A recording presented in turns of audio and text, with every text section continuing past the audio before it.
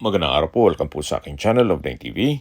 Nandito po tayo ngayon sa Playa La Ia, San Juan, Batangas, kung saan meron po tayong bagong video presentation, isang residential property. May lot area po ito na 250 square meters. Patag na patag po ang lupa, kaya usable po lot. Ito po'y regular cut.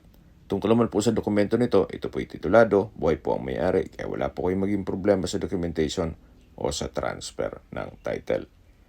Nasa loob po ito ng isang exclusive subdivision na kumpleto po ang amenities. At walking distance lang po dito sa Beach Park at Beach Club. Tungkol naman po sa security, wala pong problema. Gawa ng 24 hours po ang roving guards dito sa loob ng subdivision. Binebenta po ito ni owner sa halagang 5.5 million pesos. Kung may mga katanungan po kayo, tawag lang po kayo sa aking numero.